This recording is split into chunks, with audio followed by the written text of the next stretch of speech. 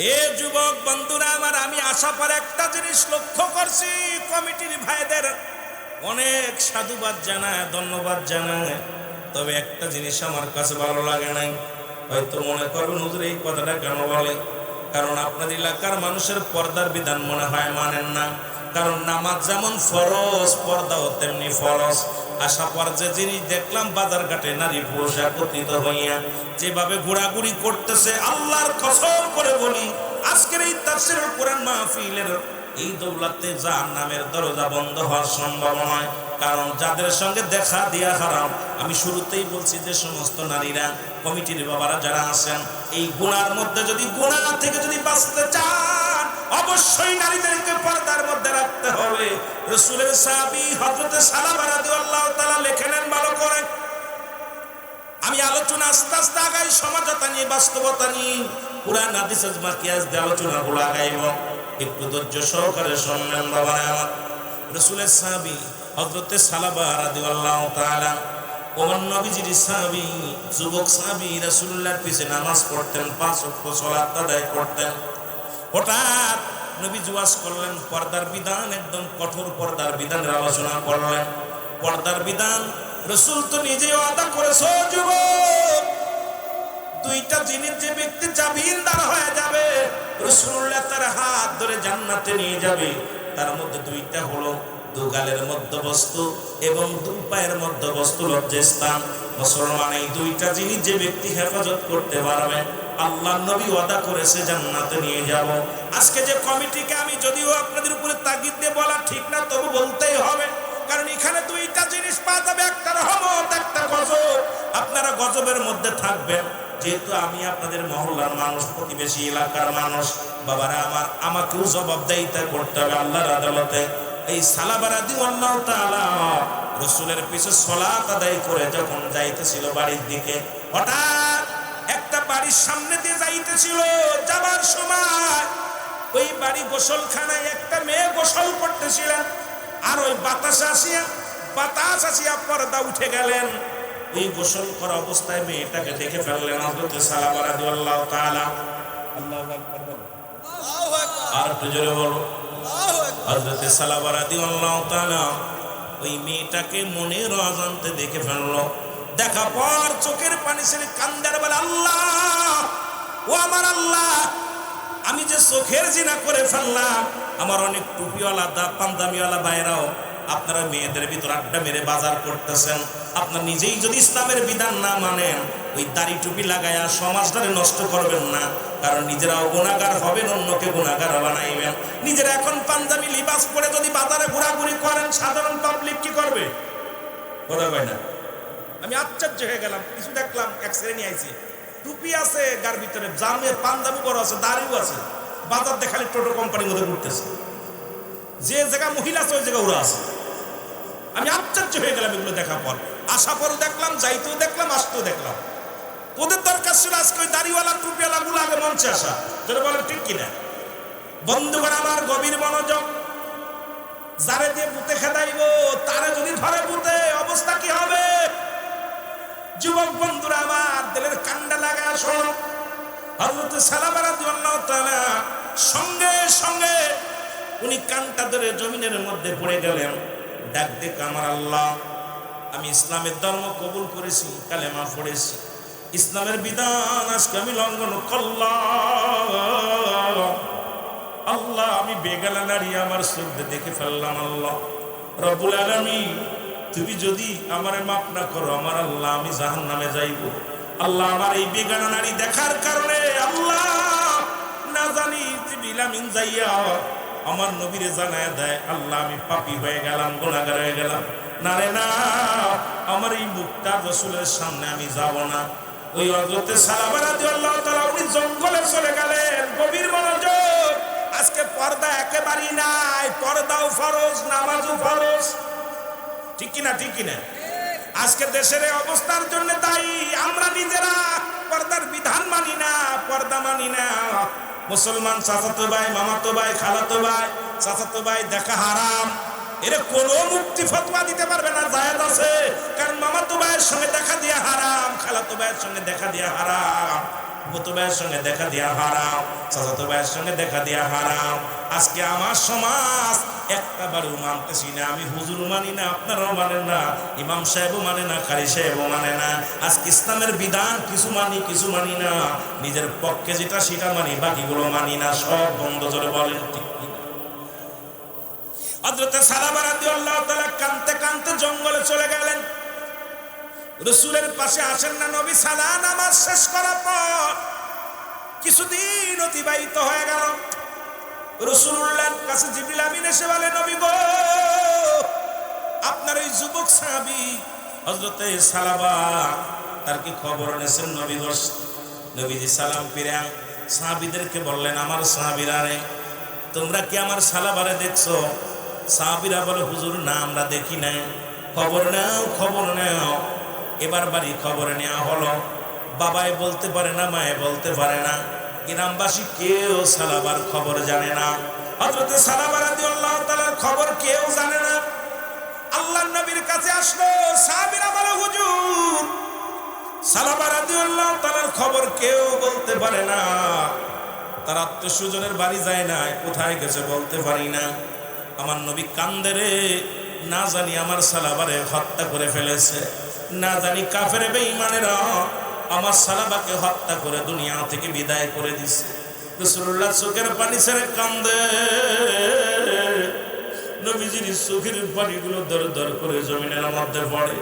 জিবরিল আমিন কয়, নবী গো,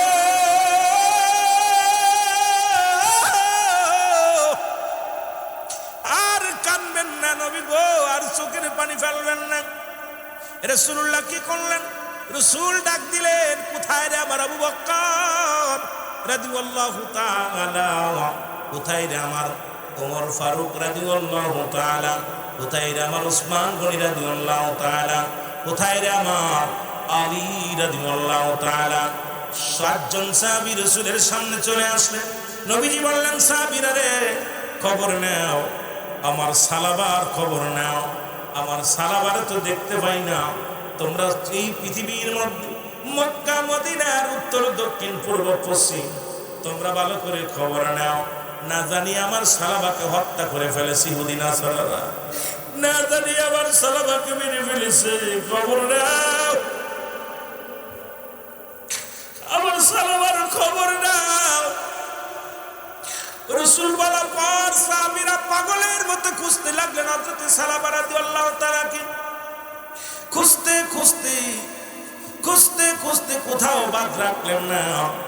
হযরত আবু বকর সিদ্দিক রাদিয়াল্লাহু তাআলা, ও মুসলমান, হযরত আলী রাদিয়াল্লাহু তাআলা, উনি এবার গেলেন পাহাড়ি অঞ্চলে, এই মরুভূমির দিকে গেলেন, রওনা হয়ে গেলেন। ওখানে যায় রাখালদের ডাকতে বলে, রাখালেরা রে, রাখালেরা, তোমরা কি সালাবা রাদিয়াল্লাহু তাআলাকে দেখছো? রাখালেরা বলে, ও ভাই, সালাবারে আমরা তো চিনি না, তবে একজন যুবক সাহাবী 18-20 বছর বয়স, এই এমন একজন যুবক আজ কিছুদিন হয়ে গেল ওই পাহাড়ের একটা টিলার উপরে বইয়া বইয়া শুধু কান্দে। কান্দতে কান্দতে চোখের পানি পড়ে ঘা হয়ে গেছে।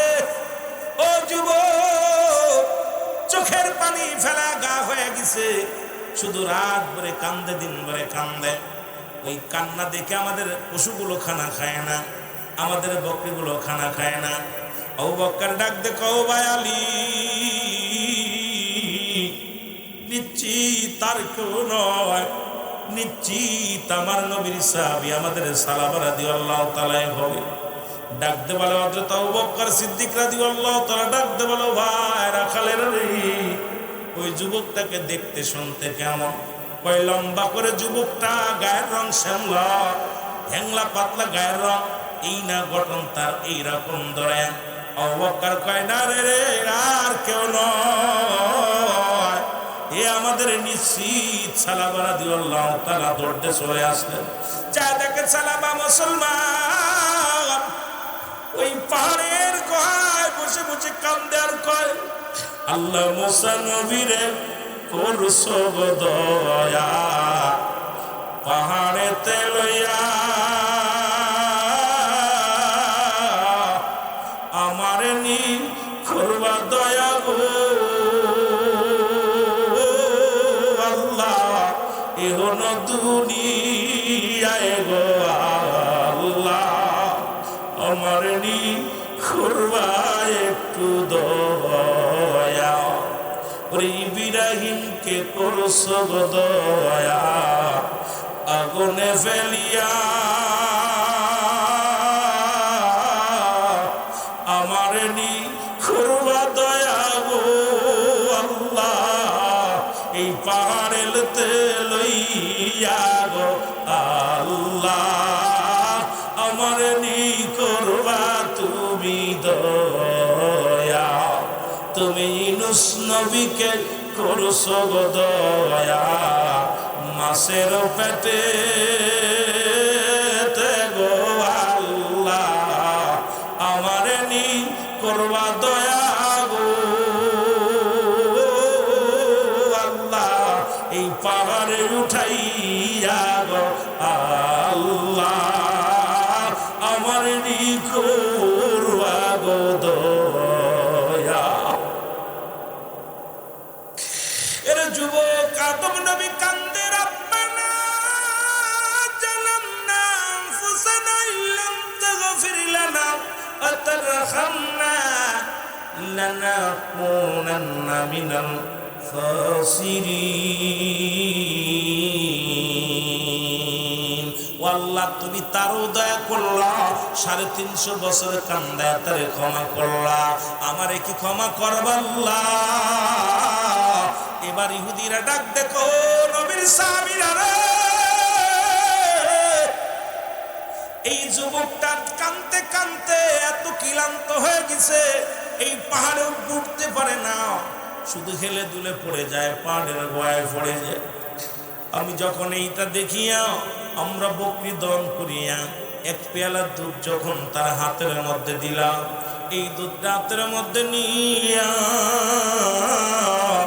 যুবক কেমন কান্না কানতে কানতে চোখের পানি আর দুধের পেয়ালা এক হয়ে গেছে শুধু কান্দে আর একটাই শুধু আওয়াজ আল্লাহ আমার মাফ করবনি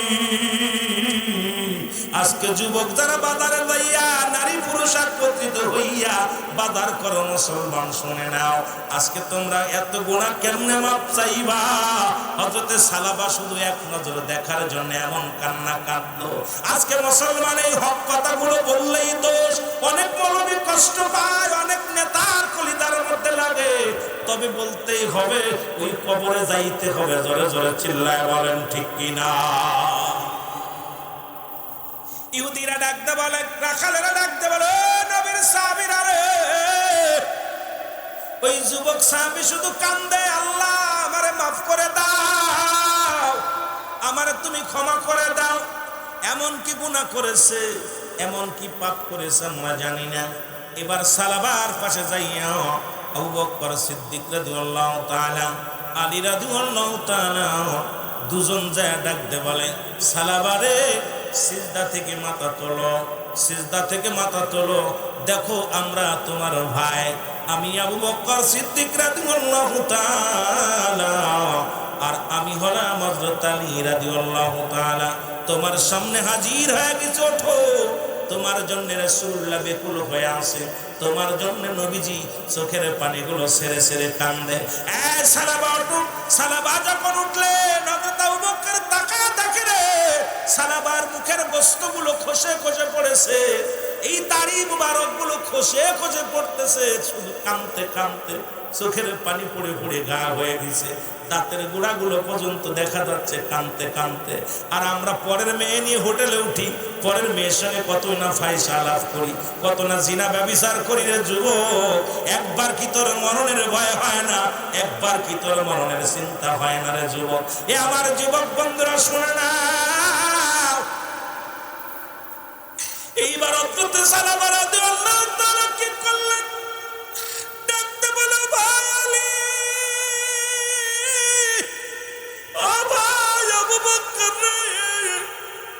আগে বলো আমার পাপের সংবাদ কি আমার মদিনার নবী কামলিওয়ালা নবী জানতে পেরেছে কিনা আমার নবী যদি জেনে যায় তার নাম ছাড়া কোনো গতি নাই আগে বলো আমার নবী কি জানছে নি? আমার নবী যদি জেনে যায় রে, আমি কেমনে রাসূলকে মুখ দেখাবো?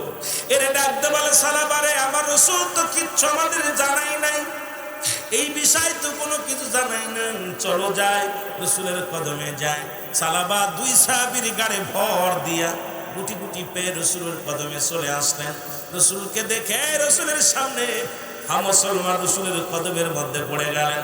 নবীজি কয় সালাবারে তুমি কই ছিলা? বলি ইয়া রাসূলুল্লাহ ইয়া হাবিবাল্লাহ, আগে জানতে চাই আমার পাপের বিষয় কি, জিবরিল আমিন আপনারে কিছু জানাইছে কিনা?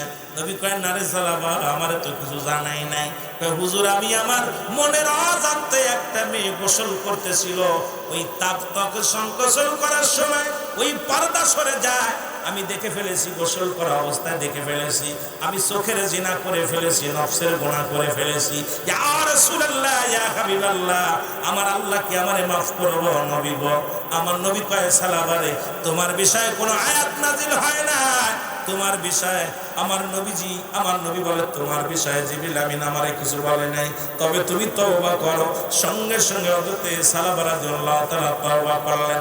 আস্তাগফিরুল্লাহ রাব্বি মিন কুল্লি যামবিন ওয়া আতুবু ইলাইহি লা হাওলা ওয়ালা কুওয়াতা ইল্লা বিল্লাহ। জোরে জোরে সিল্লা বলা যাবে না মারহাবা। মদিনা যাইতে পারলাম না, মদিনা।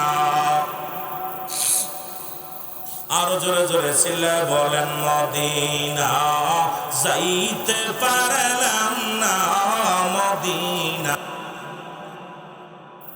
আমি অসহায় তাই এত দূরে রই,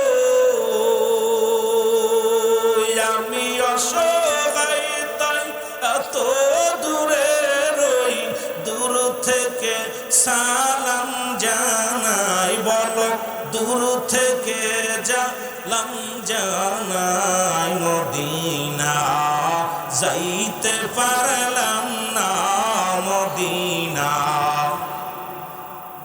আরো জোরে জোরে চিল্লায় বলেন মদিনা যাইতে পারলাম না, মদিনা। আমি অসহায় তাই এত দূরে রই,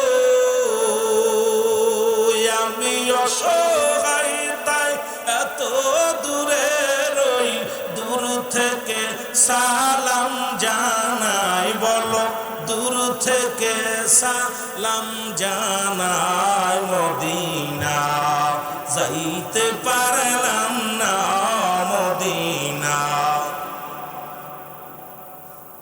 এই যতই আপনি ওয়াজ করেন কাজ হবে না, কারণ আল্লাহ নিজে কমিনার নাস মানুষের মধ্যে আছে মায়াকুল, তারা বলবে আমান্না, তারা ঈমান আনছে বিল্লাহি, আল্লাহর প্রতি, অবিনাউমিন আখিরাতের প্রতি বিশ্বাস স্থাপন করছে। ওমা হুম বিমুমিনিন। এই সূরা বাটপার কোরআনের মধ্যে ধরে দিয়েছে না শব্দের অর্থ মানুষ। আপনি যতই তো উপায় মানুষকে বুঝান, ওরা যেটা করবে ওরা করবেই। জোরে বলেন ঠিক কিনা? আরো জোরে বলেন ঠিক কিনা? মানুষগুলোরে যতই বুঝায় কাজ হইতে না। এনে ওয়াজ করতেছে ওদের মতো ওদের কাজ করতেছে, কারণ ওরা ধোঁকাবাজ মুনাফিক। ওদের ওয়াজও ভালো লাগবে না, ওদের এই খালি ওদের। এই জন্য আমি অনেক যুবকের নাম রাখছি আকাশ মিয়া, আর মহিলাদের নাম রাখছি বাতাস খাতুন। ওরা আসে বাতাস খাতি, এরা হলো আকাশ মিয়া, ওদের গারফাজে পড়ে। জোরে বলেন ঠিক কিনা? এই জন্য মেলা যেখানে মাহফিল, এখানে দুইটা জিনিস, একটা রহমত একটা গজব। কিছু মানুষ রহমত নিয়ে যাবে এখান থেকে, গুনাহ নিজেরা মাফ করায় নিব। আল্লাহর কাছে কান্দা, আল্লাহর চোখের পানি। আল্লামা কুতুবী রাহমাতুল্লাহ বয়ান করে বান্দার জীবনের গুনাহগুলো আল্লাহ মাফ করে দেয় চোখের পানি ফেলতে ফেলতে। সুতরাং কিছু মানুষ আছে এখান থেকে গজব নিয়ে যাইব, আর কিছু মানুষ রহমত নিয়ে যাইব। যারা বলেন ঠিক কিনা? এ দুনিয়ার মুসলমান শুনে নাও, আল্লাহর নবী রাতে যখন তওবা করছে রে, সালাবা রাসূলুল্লাহর সামনে বইয়া গেছে। সালাবা ডাকতে বলে নবী গো, আমার পিছনের রগের কাছে পিপিলিকার ছোট ছোট পিপিলিকার মতো কেন যেন ঘোরাঘুরি করে নবী গো। নবী কা ও সালাবা, আমার বুঝতে বাকি নাই, কারণ তোমার কাছে আজরাইল আলাইহিস সালাম জুমরাজ হাজির হয়ে গেছে, কারণ কিছু সময়ের মধ্যেই তোমার মৃত্যু হয়ে যাবে। আমার নবীজি সালাবার মুখের দিকে তাকাইলেন। আমার নবী কয়, সালাবা রে, তুমি কোরআনকে কত ভালোবাসো। সালাবা, তুমি কোরআনকে কত মায়া করো, কিন্তু কোরআনের কোন আয়াত অস্বীকার করার মতো আমার আল্লাহ পায় এর মধ্যে যা যা আছে অস্বীকার করার মতো কোনো ক্ষমতা না। আল্লাহ বলে, যালিকাল কিতাবু লা রাইবা ফীহি, এর মধ্যে যা আছে কোনো অস্বীকার করার মতো, এই কিতাবটার অস্বীকার করার মতো ক্ষমতা কারোর নাই।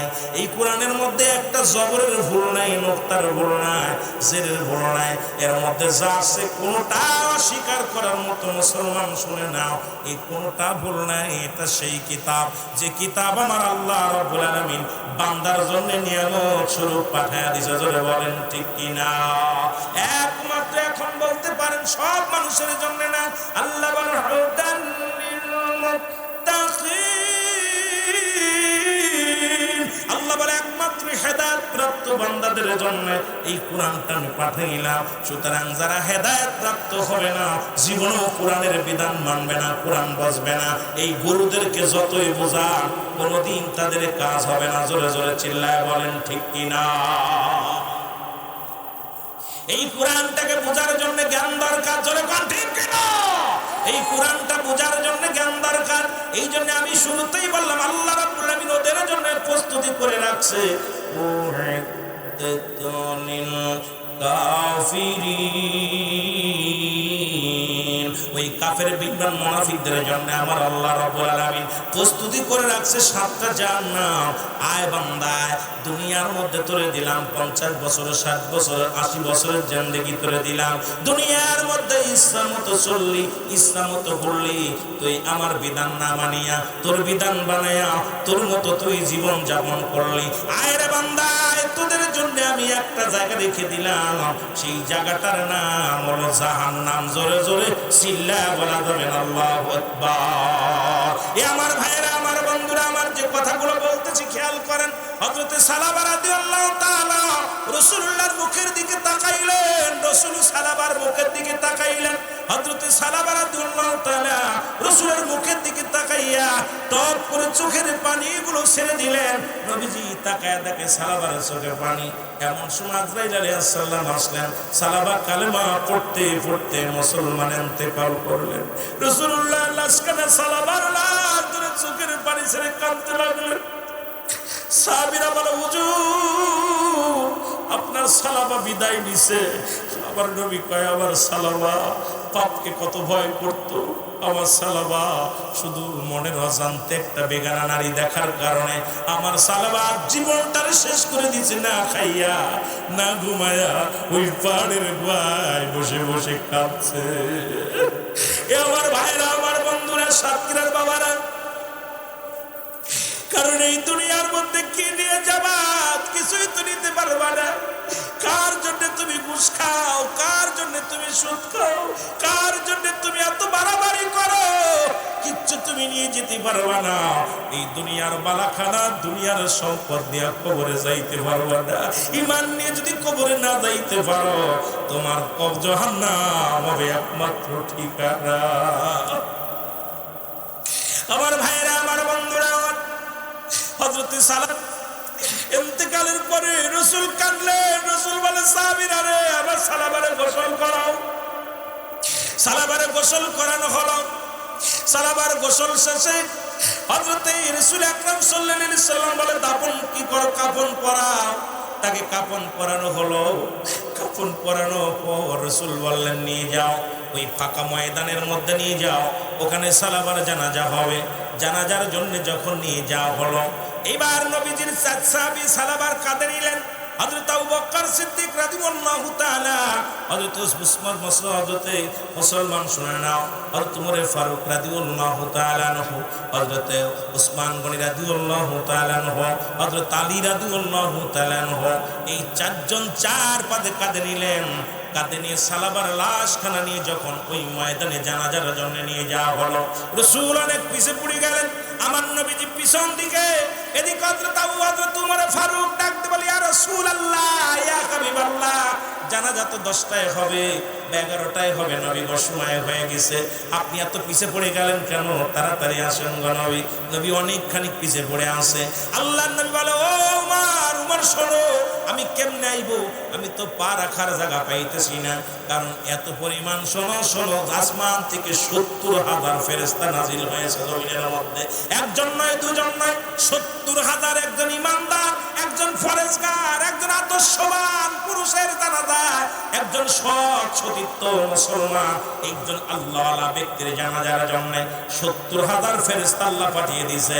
আমার নবী বলে, ও আমার সাহাবীরা রে, আমি যাইব কেমনে, পা রাখবো কেমনে, এত পরিমাণ ফেরেশতা আসমান থেকে জমিনের মধ্যে নাজিল করেছে আল্লাহ, আমি তো পা রাখতে পারি না, তোমরা দাঁড়াও। এবার আস্তে আস্তে করে রাসূল গেলেন, ওতে গুটি গুটি পায়ে আস্তে আস্তে আগায় গেলেন।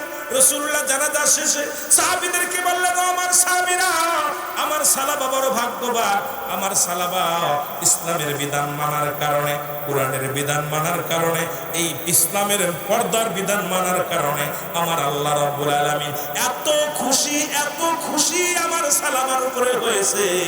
আমার সালাবার জন্য অসংখ্য ফেরেশতা জমিনের মধ্যে আল্লাহ প্রেরণ করে দিয়েছে। জোরে বলেন না মারহাবা, আর একটু জোরে বলেন না মারহাবা।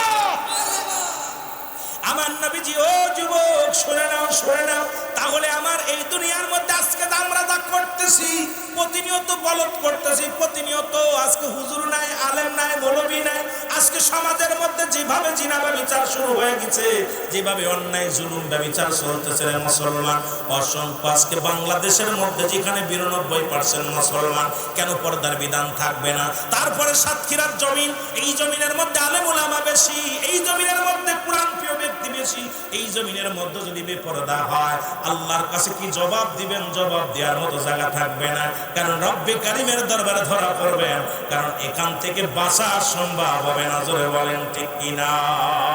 আর একটু জোরে বলেন, জোরে জোরে চিল্লায় বলো আল্লাহু আকবার, আর একটু জোরে বলো আল্লাহু আকবার।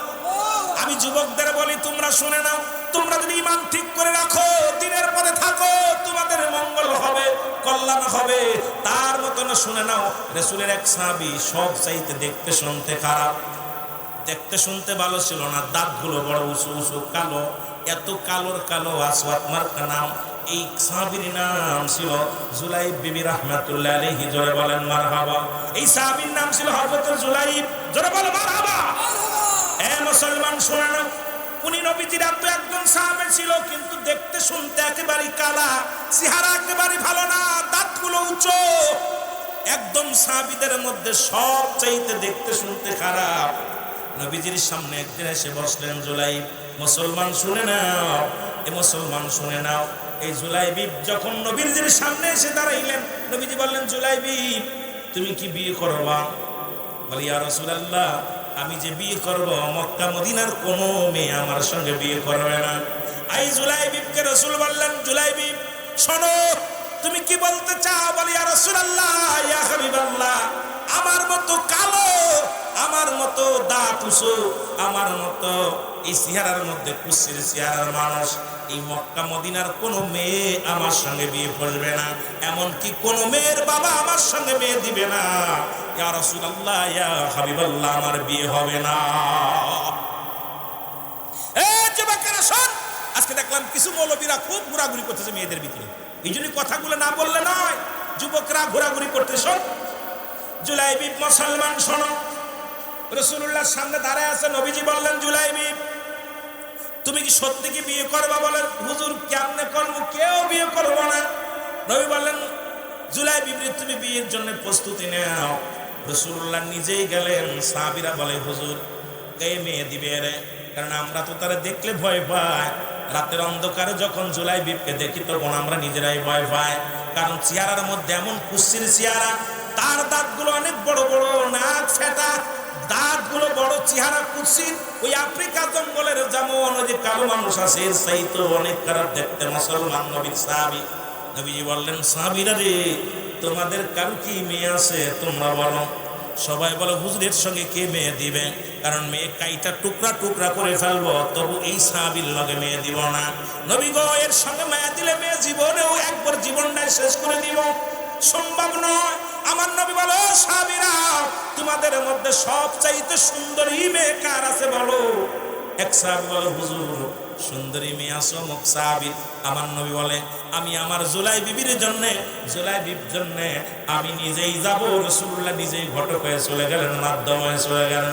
রাসূলুল্লাহ নিজে রওনা হয়ে গেলেন। মারহাবা বলো আরো জোরে। এই যুবকেরা, তোরা নামাজ পড়, ঈমান ঠিক রাখ, তোরা পর্দার বিধান মেনে চল। তোদের জন্য আল্লাহ রাব্বুল আলামিন ফয়সালা করে রাখছে ভালো ভালো মেয়ে। জোরে বলো মারহাবা, আর একটু জোরে বলো মারহাবা। এই জুলাইবি কি করলেন?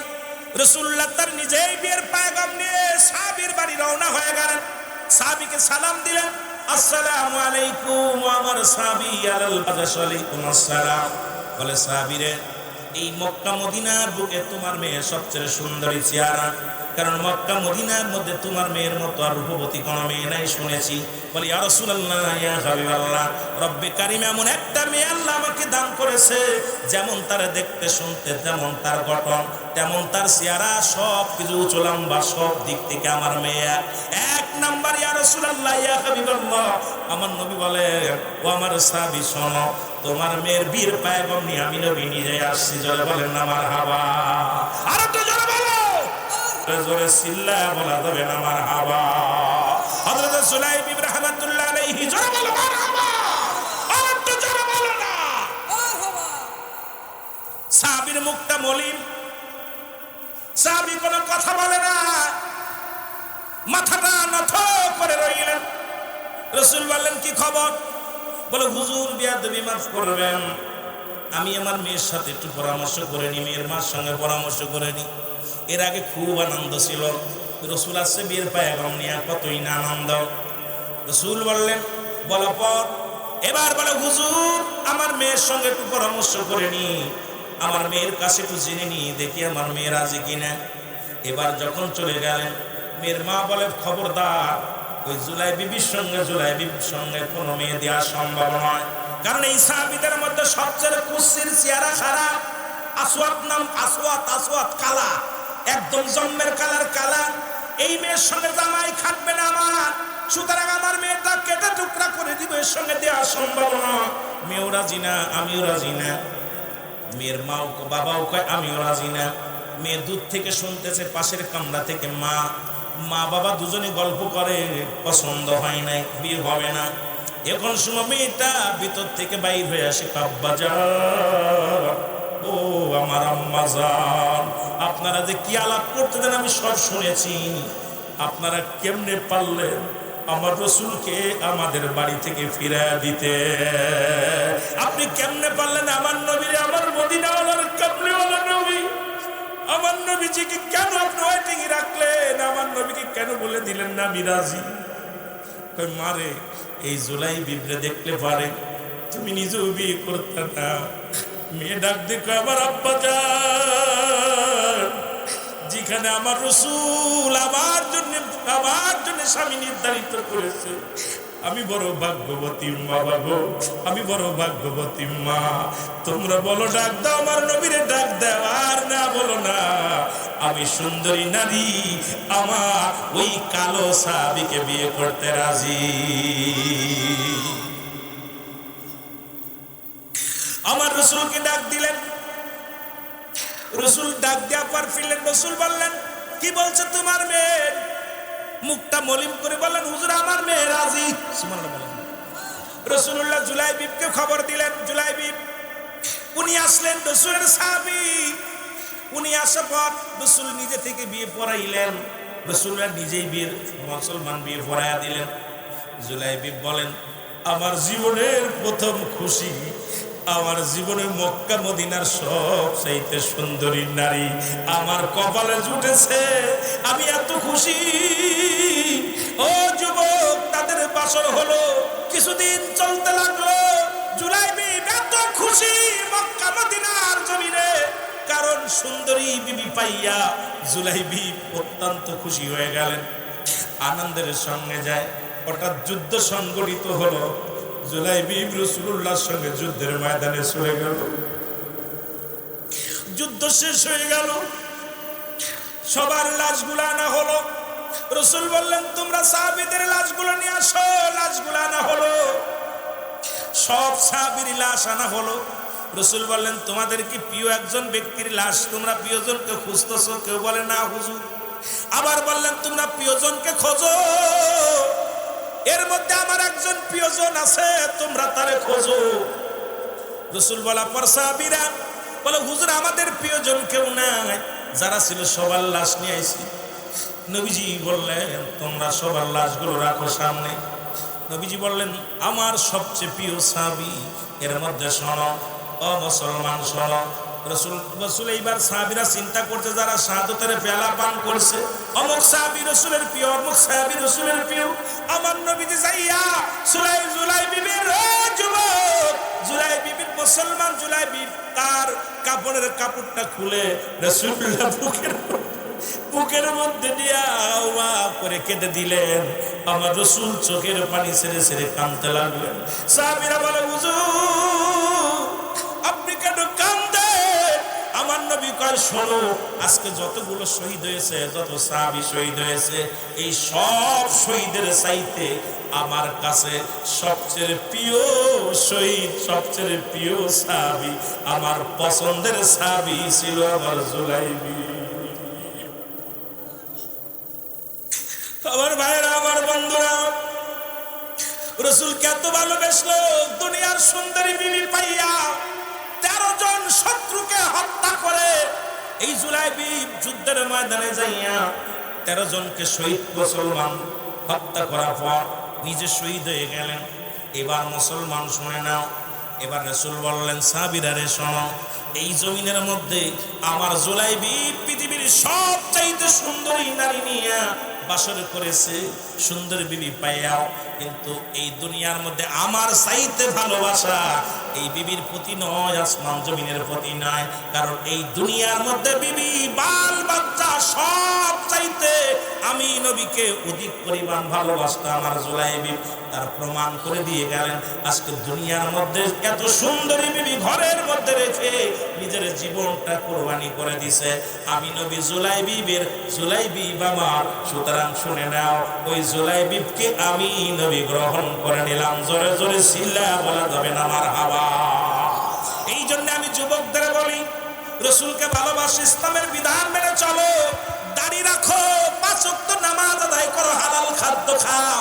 ওই ফ্যান শার্ট পরে যে তার চাইতে সুন্দরী বউ পাবা, খোদার কসম করে বলি, তুমি কালো হও, মুখের দাড়িগুলো শেষো না, তুমি সুন্দর করে 5 ওয়াক্ত সালাত আদায় করো, হালাল খাদ্য খাও, ইসলামের বিধান মেনে চলো। এই মহল্লার মধ্যে তোমার বন্ধুদের চাইতে সুন্দর বিবি তোমার কপালে জুটে যাবে। জোরে বলেন মারহাবা। সুতরাং আমি যুবকদের বলি, ইসলামের বিধান মানতে হবে। মানতে হবে কি মানতে হবে না? এই জন্য বলেন, মানতে হবে কি হবে না? এই জন্য ইসলামের বিধান 5 প্রকার নারী বিবাহ করতে বলেছে। জোরে বলো আল্লাহু আকবার। এই দোয়া করে বসেন, আপনি আর আগাবো না, বুঝতে 12:30 বেজে গেছে। আমিও 12টা ভিতরে ছেড়ে দিতে চাইছিলাম, কিন্তু আপনাদের ভালোবাসা পায়া আমিও, এই 2 জন উঠছেন, আমার মন খারাপ হয়ে যাবে। কথা বলতেন, সারা রাত আলোচনা করলে আমি ঘড়ি দেখে আলোচনা করি না, আমার একটা অভ্যাস, শ্রোতাদের মুখ দেখি। কিন্তু আমিও একটু পরে আসার কারণে এখন একটা করে কথা বুঝাইতে গেলে, কোরআনের একটা আয়াতের তাফসীর করতে একটা বুঝাইতে গেলে রাত শেষ হয়ে যায়। এত পাঠ করা লাগে না, এত বোঝার লাগে। একটা বিষয়ের উপরে যদি সারা রাত বোঝায়, সারা রাত চলে যাবে, শেষ করতে পারবো।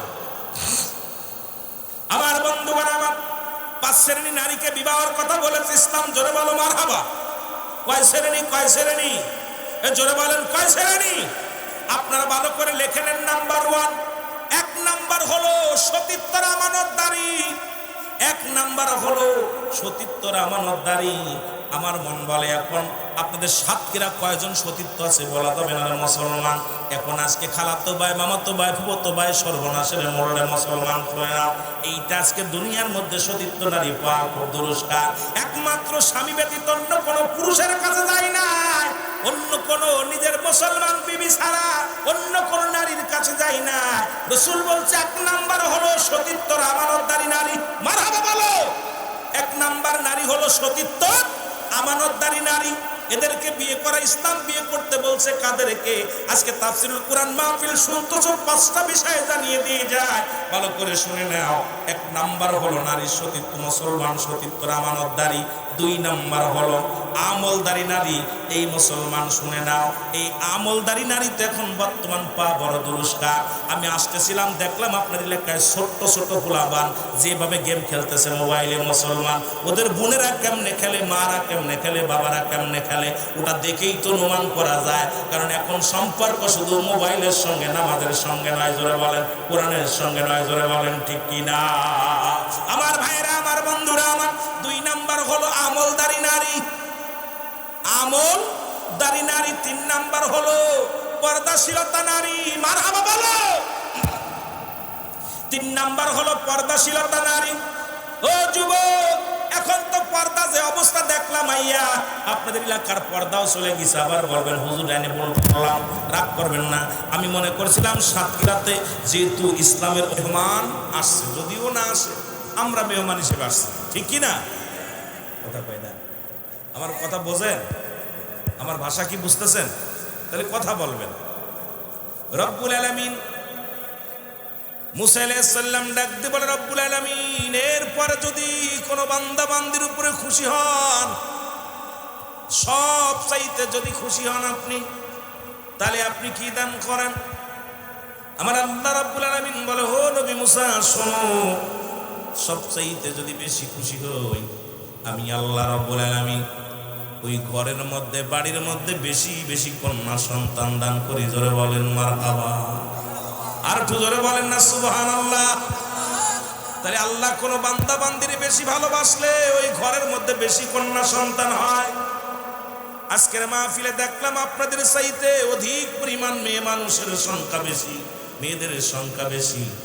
তার মানে রব্বুল আলামিন এই এলাকার মেয়েদেরকে আল্লাহ ভালোবাসে, এই মাহফিলকেও ভালোবাসে। এটা উদ্দেশ্য করে অসংখ্য মা বোনেরা আজকের মাহফিল আলোচনা শোনার জন্য হাজির হয়ে গেছে। জোরে জোরে চিল্লায় বলা যাবে না মারহাবা। এই একটু ফুটা পানি যদি গ্রামের মানুষ ফেলতোই যাবে, এতে বেল 2-4টা মোটামুটি হাসপাতাল, ঠিক না? বলেন যে আমি এখন যদি 1 বালতি পানি এনে এই জায়গায় ঢেলে দিই, হট্টগোল বাঁধবে? কথা বোঝেন? বাঁধবে? কি বলেন, ওটার মারামারি বাঁধেন না কি কয়? কি বলেন? মারামারি বা হট্টগোল হবে? এটা নিয়ে মামলা হইব, জেল জরিমানা হইব। কিন্তু রব্বে কারিম যে বৃষ্টি দিয়ে ঠান্ডা করে ফেলছে, ডায়াস ভিজাইছে, প্যান্ডেল ভিজাইছে, সব ভিজাইছে, কোনো অভিযোগ নেই। আসেনি? কোনো অভিযোগ আছে? আমার রব্বুল আলামিন আপনার আমার উপরে রহম করেছেন, দয়া করেছেন। এই জন্য সেই রব্বুল আলামিনের দরবারে অসংখ্যবার শুকরিয়া আদায় করি। কারণ এই জান্নাতের বাগানে কোনো বান্দা বান্দি যখন এই জান্নাতের বাগানের দিকে রওনা হয়ে গেছে, ওই বান্দার জীবনের সমস্ত সগীরা গুনাহগুলো আল্লাহ মাফ করে দিয়েছে। জোরে জোরে চিল্লায় বলা যাবে না সুবহানাল্লাহ। কোন বান্দা যখন জান্নাতের বাগানের দিকে রওনা হয়ে যায়, গভীর মনোযোগ, কোন বান্দা বান্দি যখন নিয়ত করেছে কোথায়, ও মুসলমান, ওই মুসলমান কেশা বাইতুল আমান মসজিদের উদ্যোগের তাফসীরুল কোরআন মাহফিলে যাব, শুধু নিয়ত করে রওনা দেওয়ার কারণে আপনার আমার জীবনের সগীরা গুনাহ আল্লাহ মাফ করে দিয়েছে। জোরে বলেন সুবহানাল্লাহ। কি গুনাহ মাফ? আরো জোরে। ছোট গুনাহ, সগীরা গুনাহ, ছোট্ট ছোট্ট গুনাহগুলো আল্লাহ মাফ করে দিছে। আমরা শুধু সগীরা গুনাহ করি নাই, পদে পদে করছি কবিরা গুনাহ। নামাজ ছেড়ে দিয়া কবিরা গুনাহ, মিথ্যা বলা কবিরা গুনাহ। এ মুসলমান, 1 ওয়াক্ত নামাজ কাজা দিলে 80 হুতবা পরিমাণ জাহান্নাম, ঠিক কি না? 1 হুতবা পরিমাণ নয়, 80 হুতবা পরিমাণ জাহান্নাম। যার 1 হুতবা পরিমাণ হলো 2,88,00,000 বছর। এত সুন্দর মসজিদ দেখে আইলাম, এত সুন্দর মসজিদ, এত সুন্দর যোগ্য ইমাম, যোগ্য মসজিদ কমিটির লোকেরা, সভাপতি, সেক্রেটারি, মুসলমান ক্যাশিয়ার, সভাসদ, অনেকের সঙ্গে দেখা হয়েছে। অত্যন্ত ভালো লাগছে। আমার যুবক বাবারা আমার, এরপরও যদি নামাজ ছেড়ে দিই, 1 ওয়াক্ত নামাজ কাজা দিলে 80 হুতবা পরিমাণ জাহান্নাম। যার 1 হুতবা পরিমাণ হলো 2,88,00,000 বছর। আপনার আমার জীবন থেকে কত নামাজ, কত হাজার, শত শত ওয়াক্ত নামাজ কাজা গেল। এই নামাজের হিসাব যদি আমার আল্লাহ রাব্বুল আলামিন ধরে, আপনার আমার কোনো বাঁচার মতো কোনো গতি নাই, জোরে বলেন ঠিক কিনা। আর একটু সাউন্ড বাড়েন। আছে বাঁচার গতি আছে? জোরে বলেন আছে? আমার ভাইয়েরা আমার, প্রায় 400 মানুষ আপনাদের সমাজের মধ্যে। আপনাদের সেক্রেটারি সাহেব বললেন হুজুর একটা মাত্র মসজিদ, প্রায় 400 মানুষ একই জামাতের সঙ্গে একই সুন্দরভাবে কাঁধে কাঁধ মিলে এই সমাজের মধ্যে চলেন। একজনের দুঃখে আর একজন দুঃখে আগে আসেন, একজনের সুখে সবাই আনন্দিত হন। সেই একজন করে মানুষ যদি প্রতিটা বাড়ি থেকে আসতো, আজকের এই ময়দানে মানুষের ঢল নেমে যেত, এই ময়দানে বসার জায়গা থাকতো না, জোরে বলেন ঠিক কিনা। যারা বলতেছিলাম নামাজ ছেড়ে দিয়া কবিরা গুনাহ, মিথ্যা বলা কবিরা গুনাহ, বেগানা নারীর সঙ্গে দেখা দিয়া কবিরা গুনাহ। এখন আমার দেশে এই ওয়াজগুলো চলেই না। যদি এই ওয়াজগুলো করি অনেক আলেম কষ্ট পায়, অনেক ইমাম সাহেব কষ্ট পায়। যাদের সঙ্গে দেখা দিয়া জায়েজ, তাদের সঙ্গে বিয়ে করা হারাম, হারাম, হারাম। যাদের সঙ্গে দেখা দিয়া হারাম, তাদের সঙ্গে বিয়ে করা জায়েজ। এখন আমার দেশে অসংখ্য ওলামা ইকরাম যারা বেগানা নারী নিয়ে অফিস আদালত করে, বেগানা নারী নিয়ে সমাজের মধ্যে চলাফেরা করে, পয়লা বৈশাখের নামে ঢোল বাজাইয়া যারা আনন্দ ফুর্তি মারে এই সমাজের মধ্যে, আমার বাবারা আমার, নারী পুরুষ একত্রিত হইয়া দেখলাম স্লোগান দেয়। আজকে রাস্তায় নামিয়া যারা ঢোল পিটায়, তারা এই সমাজের মধ্যে সবচেয়ে ইসলামের বড় কলঙ্ক, ইসলাম নামে তার কলঙ্ক। জোরে জোরে চিল্লায় বলে ঠিক কিনা। দেখলাম আবার কিছু দাড়িওয়ালা টুপিওয়ালারাও দেখলাম নারী পুরুষ একসাথে ব্যানার নিয়ে রাস্তার মধ্যে নামছে, স্লোগান দিতেছে এই পয়লা বৈশাখ, এসো হে বৈশাখ এসো, কত আনন্দ জানাইতেছে ও যুবক। অথচ বেগানা নারী চেহারা দেখা হারাম, হারামকে হালাল বললেই কাফের হয়ে যাবে। সুতরাং কাফের কিসের ঈমান, কাফের কিসের নামাজ, কাফের কিসের রোজা, কাফের কিসের সমাজ? কারণ অস্বীকারী এই দুনিয়ার মধ্যে হালালকে হারাম বলার সঙ্গে কাফের। সুতরাং হারামকে হালাল বলতে পারবে না, হালালকে হারাম বলার এখতিয়ার নাই। এ যুবক, বেগানা পুরুষের সঙ্গে দেখা দিয়া কবিরা গুনাহ, এই গুনাহগুলো মাফ করার দরকার আছে কিনা? কারণ যে কোনো মুহূর্তে মরণ আসতে পারে, যে কোনো মুহূর্তে মালাকুল মউত আসতে পারে। আমি আপনি মারা যাব, আমি আপনি যে কোনো মুহূর্তে দুনিয়া থেকে চলে যেতে পারি। এই নিঃশ্বাসের বিশ্বাস নাই, কারণ পরবর্তী সময় আপনার জন্য আমার জন্য কি নিয়ামত বয়ে আনতেছে আপনি নিজেও জানেন না। সুতরাং মালাকুল মউত আপনাকে আমাকে ধরবে, এর মধ্যে কোনো সন্দেহ নাই। সুতরাং এই গুনাহ নিয়ে যদি কবরে যায়, এই গুনাহ নিয়ে যদি আমি আপনি মারা যায়, জাহান্নাম ছাড়া কোনো গতি না। গুনার বোঝা মাথায় নিয়ে কবরে গেলেন, জান্নাত পাইবেন না জাহান্নাম পাবেন? ও ভাই আমার, কোন এলাকায় আইলাম, খালি খালি দাওয়াত দিচ্ছেন, বুঝলাম না। উত্তর দেন, আপনাকে কষ্ট হচ্ছে? কথা বলেন না কেন? কথা, বক্তাকে যত কথা বলবেন, বক্তা মন খুলে কথা বলতে পারবে, শান্তি পাবে। এখন আমি কথা বলতেছি, আপনার বুবার হইলেন, তাহলে তো আমি মনে করবো আপনারা বুঝতেছেন না। আমার ভাইয়েরা আমার, বন্ধুরা আমার, এই গুনাহ যদি মাফের দরকার হয়, আল্লামা মুফতি ও যুবক কুতুবী রাহমাতুল্লাহ বয়ান করেন, দুনিয়ার মানুষ শোনো, এই দুনিয়ার মধ্যে যত গুনাহ করেছো সমস্ত গুনার কথা মনে করিয়া বান্দা যখন জান্নাতের বাগানখানা করে দরিয়া খাস তওবা করে আল্লাহ বলে ডাক দিবে, রব্বুল আলামিন ওই বান্দার জীবনের সব গুনাহ মাফ করে দিবে। জোরে বলেন সুবহানাল্লাহ। এই যে একটা উপকার করে দিলাম আপনাদের, যে আপনি যখন জান্নাতের বাগানে আসতেছেন, সগীরা গুনাহ মাফ।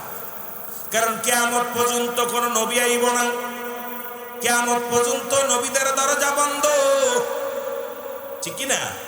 না কোন নবী আইব? কিয়ামত পর্যন্ত আর কোন নবী আইব না, নবীদের দরজা বন্ধ, তওবার দরজা খোলা। সুতরাং আপনি আমি তওবা করলাম, তওবাকারীকে আল্লাহ ভালোবাসে, তওবাকারীকে আল্লাহ মায়া করে, তওবাকারীর গুনাহ আল্লাহ মাফ করে। সুতরাং যখন আপনি তওবা করলেন, তওবা করার সঙ্গে সঙ্গে আমার আল্লাহ গুনাহ মাফ করে দিয়েছে। জোরে বলেন মারহাবা। এটা বোঝানোর জন্য একটু কথা আমি আগায় যাই। সুতরাং আপনি আসার জন্য নিয়ত করার কারণে সগীরা গুনাহ মাফ, এখানে বসে তওবা করার কারণে আল্লাহ কবিরা গুনাহ মাফ করে দিল। যেহেতু দুইটা সময় মানুষের মৃত্যু হয়, একটা হলো রাত, একটা হলো দিন। সুতরাং দিন শুরু করেছিলাম, শেষ করেছি। রাত শুরু করেছি, এখনো শেষ করি নাই, ফজর পর্যন্ত বাঁচবো কেউ বলতে পারি না।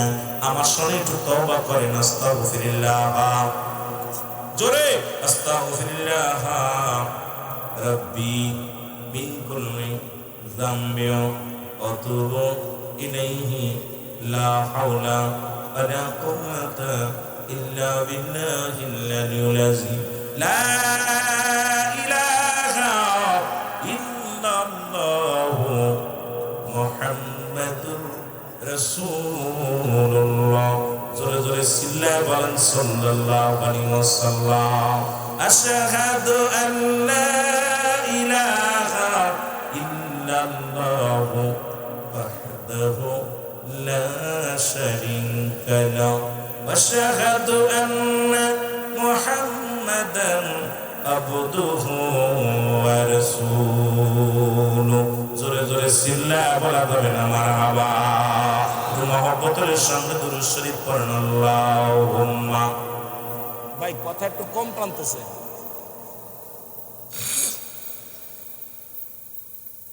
ওয়ালা আলি সাইয়্যিদিনা, আরো জোরে বলেন আল্লাহুম্মা সাল্লি আলা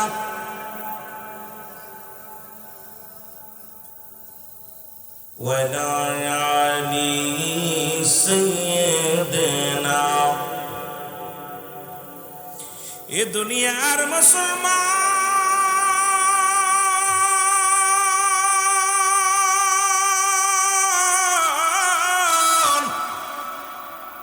কারণ মানুষের মৃত্যু হয় দুইটা টাইমে, একটা হলো রাতের বেলা, একটা হলো দিনের বেলা। মৃত্যুবরণ করি নাই, রাত শুরু করেছি, মৃত্যুবরণ করি নাই। ওরে মালাকুল মউত কখন আসবে? পৃথিবীর মধ্যে আসার একটা সিরিয়াল আছে, যার কোনো সিরিয়াল নাই। দেখা যায় বাবা জিন্দা, সন্তান দুনিয়ার মধ্যে নাই, সন্তান জিন্দা, বাবা দুনিয়ার মধ্যে নাই। দাদার কাঁধে মুসলমান নাতির লাশ, নাতির কাঁধে দাদার লাশ, বাবার কাঁধে সন্তানের লাশ, সন্তানের কাঁধে বাবার লাশ। এই দুনিয়ার মধ্যে লাশ ভাই ব্যক্তি জানে গো, এই পৃথিবীর মধ্যে কত কষ্ট লাশ গ্রহণ করা, মুসলমান বহন করা। এই পৃথিবীর মধ্যে তিনটা বিপদ। নাম্বার 1 হলো মানুষের মরণ।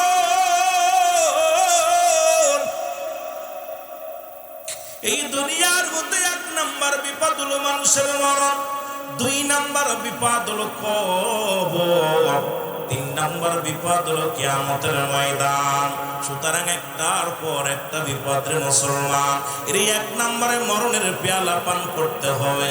এই কুরআনুল কারীমের সব আয়াত অস্বীকার করতে পারবেন, একটা আয়াত অস্বীকার করার মতো ক্ষমতা নাই। এই পৃথিবীর মধ্যে ইহুদি বলেন, খ্রিস্টান বলেন, নাসারা বলেন, বৌদ্ধ বলেন, পৃথিবীর মধ্যে একটা আয়াত রব্বুল আলামিন এই যে আয়াতটা লিখলেন, এই আয়াত স্বীকার করার মতো কোন মুক্তি মুহাদ্দিস কেউ নাই। আসেনি ভাই? আয়াতটা কি কুল্লু নাফসিন যায়কাতুল মাউত, আসেনি? এই জন্য বলেন আছে। পৃথিবীর কত আয়াত স্বীকার করল, এই মরণের পেয়ালা পান করতে হইব গো। সুতরাং ও দুনিয়ার মানুষ শোনো, এই জীবন জীবন নয়, এমন একটা জীবন আসবো যে দেশে গেলে মানুষের বিচার হয়, যে দেশে গেলে মানুষের হিসাব হয়, যে দেশে গেলে মানুষ আর ফিরে আসে না। আমরা সেই দেশের যাত্রী, সেই দেশের মানুষ। সুতরাং কবরের চিন্তা অন্তরের ভিতরে আনার দরকার আছে কিনা? মদিনা যাইতে পারলাম না, মদিনা দেখতে পারলাম না, বলো মদিনা যাইতে পারলাম না, মদিনা। একটু মহব্বতে ছিলে বলেন, মদিনা যাইতে পারলাম না, মদিনা। অসহায় তাই এত দূরে রই, আমি অসহায় তাই এত দূরে রই, শুধুই সালাম জানাই, বলো শুধুই সালাম জানাই, মদিনা যাইতে পারলাম না, মদিনা। আর একটু জোরে জোরে চিল্লায় বলেন, মদিনা যাইতে পারলাম না, মদিনা। মদিনার নাম কত মধু,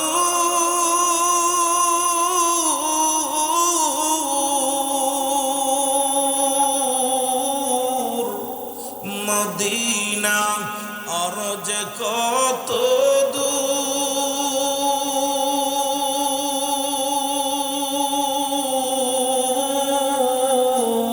ওই মদিনার পথের দুলি, বলো ওই মদিনার পথের দুলি মাখতে পারলাম না, মদিনা যাইতে পারলাম না, মদিনা। একটু মহব্বতে ছিলে বলেন, মদিনা যাইতে পারলাম না, মদিনা। এই আমি অসহায় তাই এত দূরে রই, আমি অসহায় তাই এত দূরে রই, শুধুই সালাম জানাই, বলো দূর থেকে সালাম জানাই, মদিনা যাইতে পারলাম না, মদিনা। মদিনার নাম কত সুন্দর,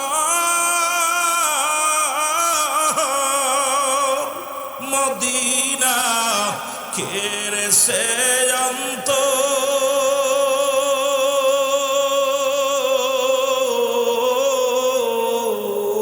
এই গরিব দুঃখীর সালাম খানি, গরিব দুঃখীর সালাম খানি পৌঁছাই দিও মদিনায়, বলো পৌঁছাই দিনায়, মদিনা যাইতে পারলাম না, মদিনা। এ দুনিয়ার মুসলমান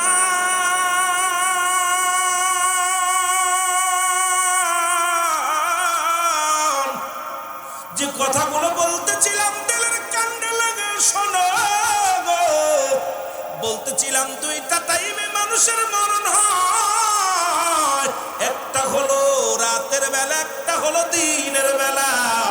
দিন শুরু করেছে আমার আল্লাহ নামাজ দিয়া, ও যুবক বাবারা শুনে নাও, এই সালাত সালাত সালাত, আজকে নামাজের ওয়াজ আজকে মুসলমানদের কাছে করা লাগে।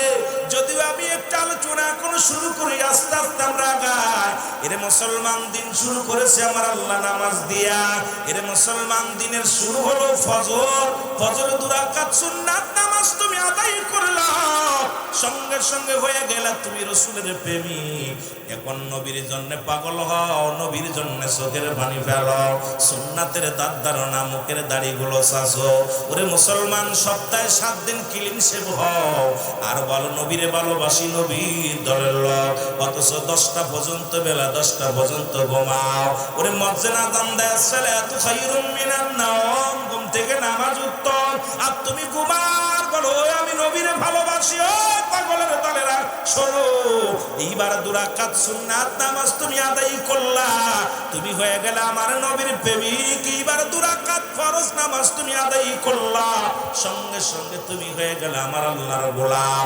এখন যদি দিনের মধ্যে তোমার মরণ হয়, তোমার মরণটা হবে আমার নবীর প্রেমিক আল্লাহর গোলাম। জোরে বলেন ঠিক কিনা?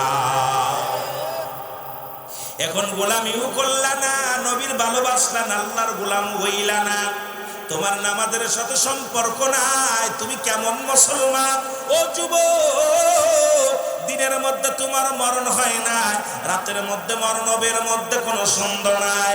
কত মানুষ ঘুমের মধ্যে মারা যায়, সিজদার মধ্যে মারা যায়, কত মানুষ মুসলমান হাঁটতে যায় মারা যায়, সড়ক দুর্ঘটনায় মারা যায়। ও যুবক, আমার বাবারা দিলের কান্ডা লাগা শুনে নাও। এইবার রাতের শুরু হলো মাগরিব, বান্দা 3 রাকাত ফরজ নামাজ তুমি আদায় করলা, সঙ্গে সঙ্গে তুমি হয়ে গেলে আমার আল্লাহর গোলাম।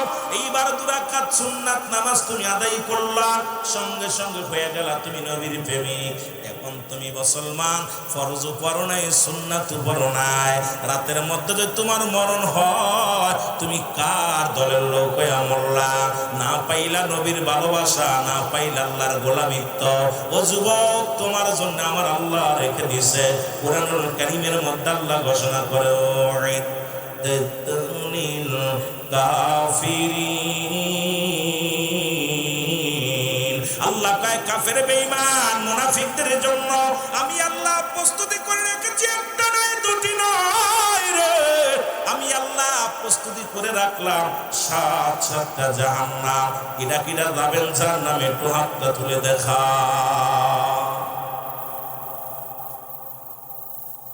সাতক্ষীরার মানুষ তো মনে হচ্ছিলাম বসছে না কথায়, এখন তো ভালোই বসছে। বালাটা বোঝে, খারাপটা বোঝে। ভাই আমি আপনাদের মানুষ, দূরের মানুষ না, কথা আগেই বলছি। আমার বাড়ি মাগুরা জেলা, যদিও দূরের মানুষ না, কাছের মানুষ। পাশাপাশি সাতক্ষীরা, মাগুরা, যশোর একই, খুলনা বিভাগের মানুষ আমরা। আপনি আমার ভাই, আমি আপনার ভাই, মহব্বতের ভাই, দূরের মানুষ নয়। হয়তো আসা যাওয়া কম, এই জন্যই পরিচিত কম, যেটা বলেন ঠিকই না। কিন্তু ভালোবাসা দিবেন, ভালোবাসা দিবেন। যারা আনছেন মহব্বত কইরা 2-4টা, আমি এত বড় বক্তা না, আকাশের নিচে এই জমিনের উপরে আমার মতো নরাধন দ্বিতীয় আছে বলে আমার বিশ্বাস হয় না। পাপী মানুষ, মহব্বতে আমরা আলোচনার মধ্যে ঢোক দিব। দুরূদ শরীফ পড়ব, আল্লাহুম্মা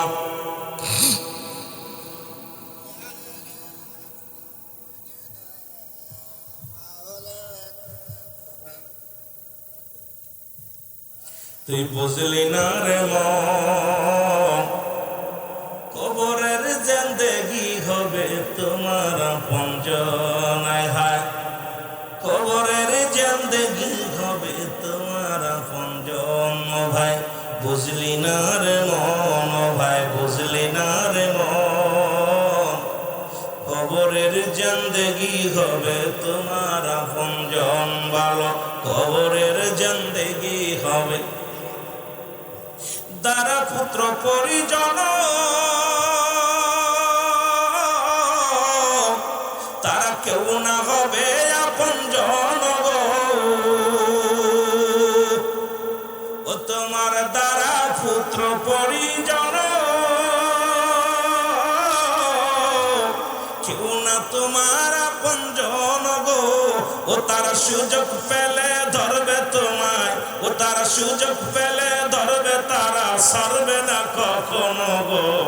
কবরের জিন্দেগি হবে তোমার আপনজন। অমন বুঝলি না রে মন, তুই বুঝলি না রে মন, কবরের জিন্দেগি হবে তোমার আপনজন। রে কবরের জিন্দেগি হবে। বাড়িওয়ালা গাড়িওয়ালা সবাই গেছে সাইরা, বাড়িওয়ালা গাড়িওয়ালা সবাই গেছে সাইরা। আসবে কখন তোমার ওই যে মরণ, হায় হায়, হইবে কখন ভাই তোমারই মরণ। অতি বুঝলি না রে মন, কবরের জিন্দেগি হবে তোমার আপনজন। তুই বুঝলি না রে মন, কবরের জিন্দেগি হবে। আহা, ওরে কবরের জিন্দেগি হবে। যাদের লাইগা রং তামাশাই করলি রাতি, সবাই দেখি পরবা নাবে আপন আমল শুধু, হায় হায় আপন আমল শুধু। ওরে সময় থাকতেছে ন খোদা, সময় থাকতেছে ন খোদা, নইলে বিপদ খবরে। অবন বুঝলি না রে মন, তুই বুঝলি না রে মন, কবরের জিন্দেগি হবে তোমার আপনজন। কবরের জিন্দেগি হবে। এ ভাইরা আমার, বন্ধুরা আমার, রাসূলুল্লাহ বললেন সাহাবীরা রে, তোমরা কি আমার সাথে জান্নাতে যেতে চাও? নবীজি বললেন আমি কথা দিলাম, আমি জবান দিলাম, যে ব্যক্তি 5 ওয়াক্ত ফরজ নামাজ সময় মতো ওক্ত মতো আদায় করতে পারবে, আল্লাহ নবী ওয়াদা করলেন, আমি রাসূল জবান দিলাম রে, আমি নবী তার হাত ধরে জান্নাতে নিয়ে যাব। জোরে বলেন মারহাবা। আর একটু জোরে বলেন। রাসূল বলছে আমি জান্নাতে নিয়ে যাব হাত ধরে। যে ব্যক্তি ফরজ নামাজগুলো সময় মতো ওক্ত মতো আদায় করতে পারে, আমার মা বোনেরা শোনো, রাসূলের সবচাইতে গরীব সাহাবী আব্দুল্লাহ আনসারী। জোরে বলো মারহাবা। আর একটু জোরে বলেন মারহাবা। এই আব্দুল্লাহ আনসারী নামে এক সাহাবী ছিল। আমার রাসূল যখন ওয়াজ করলেন, ওয়াজটা ভালো করে শুনলেন, শুনিয়া উনি বাড়ি আসলেন। বিবি ডাক দেখায়, স্বামী রে এত দেরি হলো কেন? বলে বিবি রে, আমার রাসূল আজকে ওয়াজ করছে রে, আমার নবীর ওয়াজ শুনে আসতে দেরি হয়ে গেছে। ডাকতে বলে বিবি, স্বামী আমার নবী কি ওয়াজ করছে একটু বলেন। ডাকতে বলে বিবি রে, আমার নবী ওয়াজ করছে যে ব্যক্তি 5 ওয়াক্ত নামাজ 5 ওয়াক্ত সালাত সময় মতো আদায় করতে পারবে, রাসূলুল্লাহ তার হাত ধরে জান্নাতে নিয়ে যাবে। এরে মহিলা ডাকতে, বিবি ডাকতে কয় স্বামী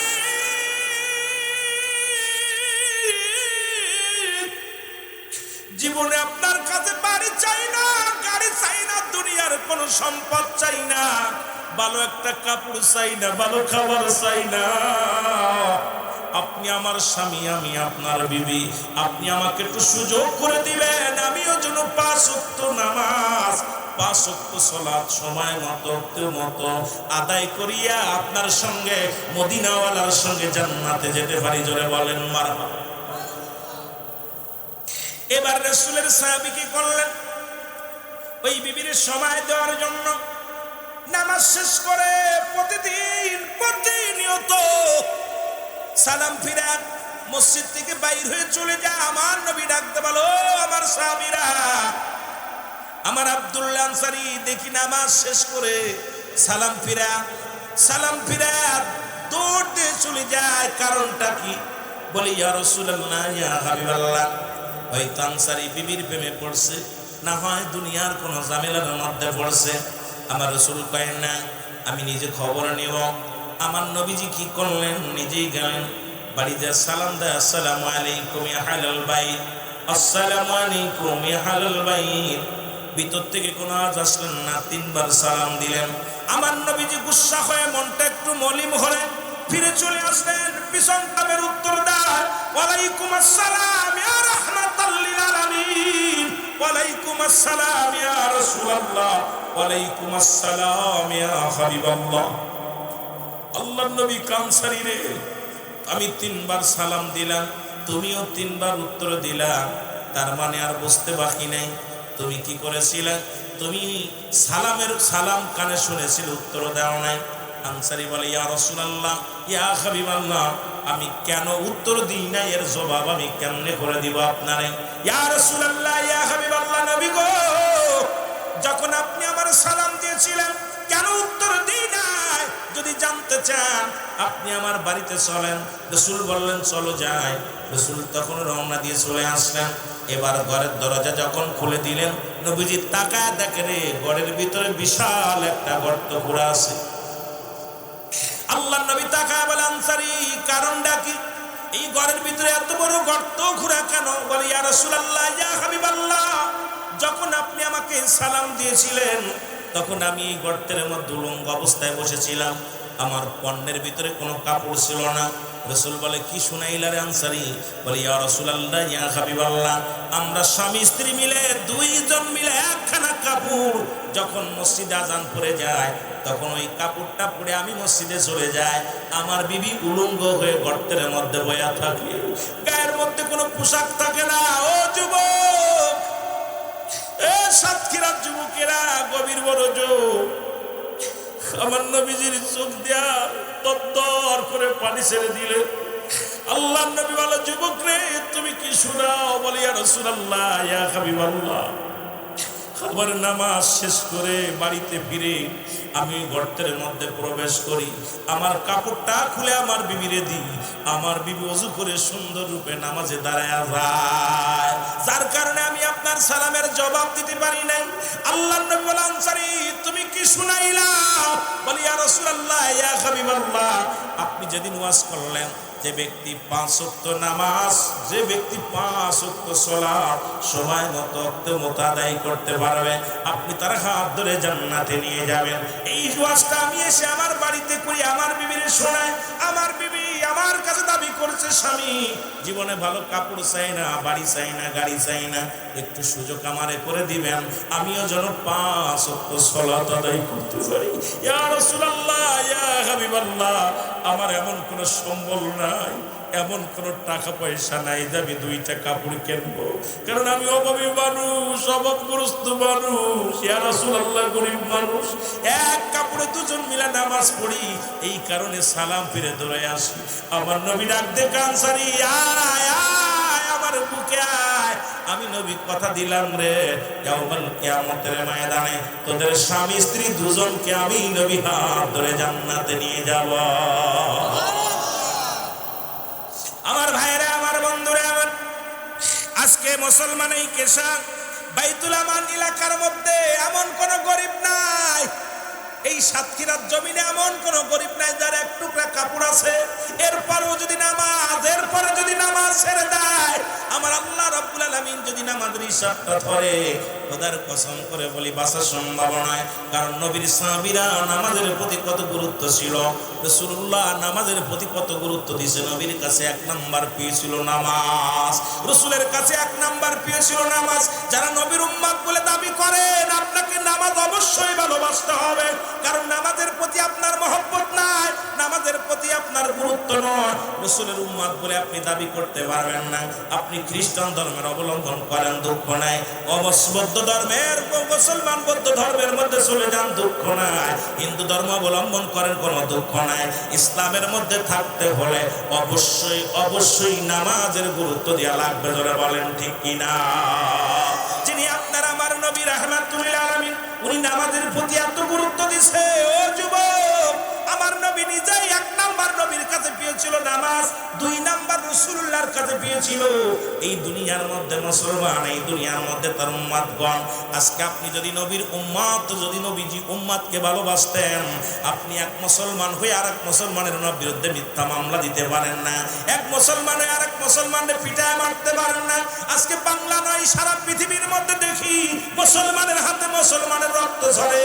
আইরে মুসলমান, বাবার হাতে সন্তান কোন, সন্তানের হাতে বাবা কোন, ভাইয়ের হাতে ভাই কোন? দেখলাম মুসলমান কোথায় কোথায় ফরিদপুরের জমিনে বড় ভাই ছোট ভাইকে সম্পদের জন্য নিজ হাতে গুলি করে ছোট ভাই হত্যা করেছে জীবন। রাসূল এই জন্য বলছে, বাল্যহুয়া কিলাব, এই দুনিয়াটা পচা দুর্গন্ধ, মানুষের চরিত্র কুকুরের চরিত্র। আমার নবীর কাছে বাল্যহুয়া কিলাব, এই দুনিয়াটা পচা দুর্গন্ধ মরি, মানুষের চরিত্র কুকুরের চরিত্র। কুকুর যেমন মরি পাইলে খুশি হয়, তদ্রূপ মানুষ এই সম্পদের জন্য ভাই ভাইকে ত্যাগ করে ফেলবে, ভাই ভাইকে খুন করবে, ভাইয়ের সঙ্গে ভাইয়ের বিরোধ লাগবে। কারণ অর্থের জন্য, জমা জমির জন্য, সম্পদের জন্য মানুষ বিরোধ করবে মুসলমান। এই জন্য মীর মুশাররফ হোসেন লিখে গেলেন, হায়রে অর্থ।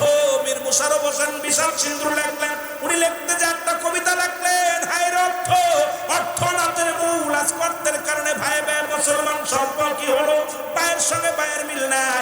আজকে অর্থের জন্য মুসলমান বাবার সাথে সন্তানের সম্পর্ক ভালো নাই, বোনের সঙ্গে ভাইয়ের সম্পর্ক ভালো নাই, প্রতিবেশীর সঙ্গে ভালো ব্যবহার নাই। কারণ আমার নবীজি আজ থেকে নয় 1500 বছর আগে বলে গেছেন, বাল্যহুয়া কিলাব। আজকে দেখি বাংলার জমিনের মানুষগুলো শুধু অর্থ লোভী, টাকার লোভী, সম্পদের লোভী, পাহাড় পর্যন্ত। এই সম্পদ আল্লাহ পাক এত পরিমাণ সম্পদ দিছে, তারপরেও লোভ তার দেয় না, ভিতর থেকে বিন্দু মাত্র লোভ চাই না। এগুলো সব চূর্ণ বিচ্ছিন্ন করে দিবে আমার আল্লাহ। আল্লাহ বলে কুরআনুল কারীমের মধ্যে, আল্লাহ বলে কুল্লু মান আলাইহা ফান। আল্লাহ কয় বান্দারে এই জমিনের মধ্যে যা কিছু আছে সব কিছু আমি আল্লাহ চূর্ণ বিচ্ছিন্ন করে দিব। এই জমিনের মাটিগুলো আজকে কত না কত শত শত বিঘা সম্পদের মালিক হইলা, তিনতলার বাড়ি মালিক হইলা, পাঁচতলা বাড়ির মালিক হইলা, গাড়ির মালিক হইলা, সম্পদের পাহাড় করলা, ওই কারণের মতো চরিত্র করলা। ও যুবক আমার আল্লাহ কয় দুনিয়ার মানুষ শুনে না, এই দুনিয়ার মধ্যে যত জমিন আছে জমিনটাকে আমি আল্লাহ পুরায়া তামা বানায়া দিব। এত মস্তানি জেনে বলছেন এটা কি হবে? তামা হয়ে যাবে। এই মাটির জমিনটা আমার আল্লাহ তামা বানায়া দিবে। আল্লাহ কয় বান্দারে এই জমিনের মধ্যে যত পানি আছে সব পানিগুলো আমি আল্লাহ পুরায়া ছাই বানায়া দিব। যেদিন কিচ্ছু বলতে কিচ্ছু থাকবে না, সেদিন থাকবো শুধু আমি আল্লাহ। এই জন্য দুনিয়ার কারোর গোলামি নয়, একমাত্র গোলামি করতে চাই আমার আল্লাহর। জোরে বলেন ঠিক কিনা? রে আমার মনের জল্পনা কল্পনা আমি সোনার মদিনায় বলো যাব আমি, একটু মহব্বতে বলো যাব আমি সোনার মদিনায় বলো যাব আমি। এই আওয়াজটা বলেন না একটু মহব্বত করে জান্নাতি মানুষেরা। এরে আমার মনের জল্পনা কল্পনা নবী যাব আমি সোনা বলো যাব আমি সোনার মদিনায় বলো যাব আমি। আমার মনের জল্পনা কল্পনা নবী যাব আমি সোনা। এই নবীজিকে ভালোবাসি মনটাই আমার অনেক খুশি, নবীজিকে ভালোবাসি মনটাই আমার অনেক খুশি। নবীজিকে ভালোবাসে তৃপ্তি মেটে না বলো, নবীজিকে ভালোবাসে তৃপ্তি মেটে না। না গো যাব আমি সোনা, আরো জোরে বলেন যাব আমি সোনা। আমার মনের জল্পনা কল্পনা নবী যাব আমি সোনা। এর যাব আমি সোনার মদিনায় বলো যাব আমি। আমার মনের জল্পনা কল্পনা নবী যাব আমি। নবীর প্রেমে এত জাদু ডাকিলে মনে হয় মধু, নবীর প্রেমে এত জাদু ডাকিলে মনে হয় মধু। এই মধু কোথাও মেলে না বলো, এই মধু কোথাও মেলে না। না গো যাব আমি সোনার মদিনায়, আর আমার মনের জল্পনা কল্পনা নবী যাব আমি সোনা বলো যাব আমি সোনার মদিনায় বলো যাব আমি। আমার মনের জল্পনা কল্পনা নবী যাব আমি সোনা দিনায়। আল্লাহুম্মা সাল্লি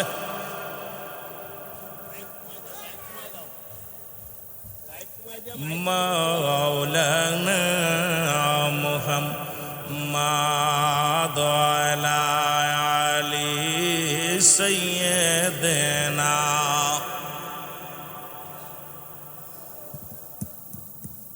লা ইলাহা জোরে জোরে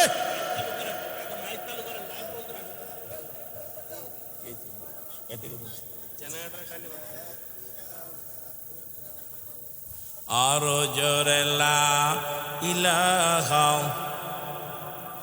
আরো জোরে লা ইলাহা, লা ইলাহা মুহাম্মদ রাসূলুল্লাহ। লা ইলাহা